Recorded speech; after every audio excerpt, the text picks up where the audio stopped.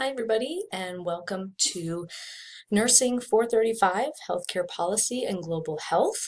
I am Mrs. Yeager. I'm going to be your faculty member for this course, and I just wanted to give you a little bit of an overview of D2L and a little bit of the course concepts that we're going to be talking about. So as you can see, our homepage here, we just have some announcements, basically just a welcome. Anything else that comes up throughout the course that I need to let you know, you can find on this main screen, and I will also usually send out an email whenever I update something as well. For all of the content that you'll need, you'll go into the content section, and everything is broken down here on the left-hand side. So first you're going to find the syllabus. So the written syllabus as well as the timeline is in this, and then the course concepts and exemplars, which will be broken down throughout the modules. Clinical information. These are things that I've already sent to you previously, but you can reference them here. So we have the guidelines for the community clinical experiences, what counts for direct versus indirect hours, and then also the clinical log. So every time that you complete an experience, you'll want to type that up on the clinical log, and then you will put that, save the document and put it in the Dropbox for the week. Okay. As far as clinical hours go, we've talked about direct experiences need to be something that is direct patient care.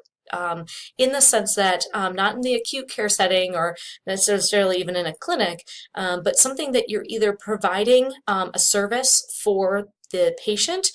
Maybe it's education, maybe it's hands-on like a screening, maybe immunizations, something that's done in the community setting that is directly involving people and patient interaction. Indirect will be anything that complements that and assists in your learning about community topics that aren't necessarily direct patient experiences. So again, every time before you would like to do one of these experiences, make sure that you email me and I can let you know if it'll meet the course outcomes as well as if it'll be indirect or direct hours. Direct hours in the course, you need 8 total, but we're already providing you 4 by completing an assessment of the community in Module 2, and I'll show you that. So all of the rest can be indirect hours. There's also a discussion topic here for clinical ideas. If you find something that was a really good experience, please go ahead and post it for your other classmates. All of the weeks are broken down in modules. So Module 1 will correspond with Week 1, Module 2 with Week 2, etc. Everything you need for the week will be in this module. So for Module 1, Week 1, first we have just a general discussion topic on student introductions, just to post and introduce yourself to the classroom and some of your experiences with community nursing or just your experiences with nursing in general. And then the discussion topic for the week is on community health nursing. You'll want to go ahead and describe and answer both of these questions in your discussion post. Also, I have required resources and recommended. So the required resources are things that I think are very important for that week and for your understanding of the topic. So I'd like you to at least view them. Some of them are going to be links to videos, and some of them are going to be documents or websites. The recommended resources are things you don't necessarily have to look at, but may be helpful in exploring the topic of that week. You're also welcome to use other resources that you find that complement that topic. So that's Module 1. Again, Module 2 is laid out very similarly. Module 2, though, this is the assignment that's 4 hours of direct clinical time. And what you'll do is you'll complete this windshield survey template. Download that, fill that out, and then that's what you're going to be posting in your discussion for the week.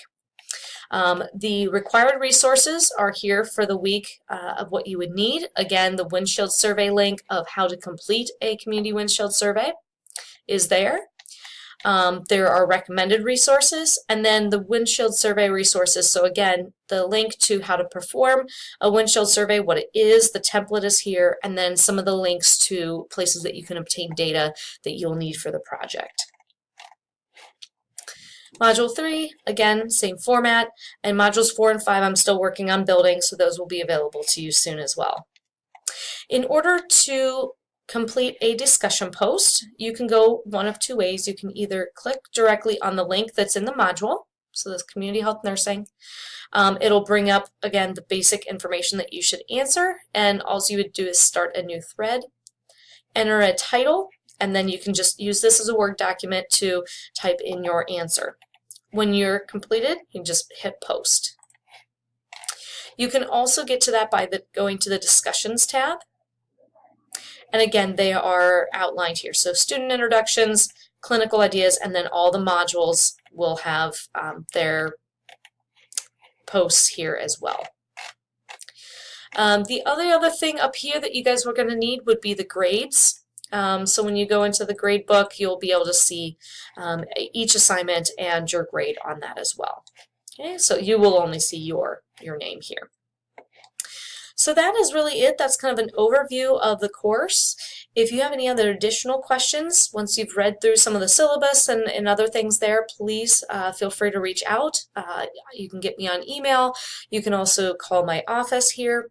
And if you would like, we can arrange for either a phone conversation or to come in and meet in person if that would be helpful as well. So I'm looking forward to getting to know all of you and to explore community nursing topics with you guys this semester. So thanks and welcome.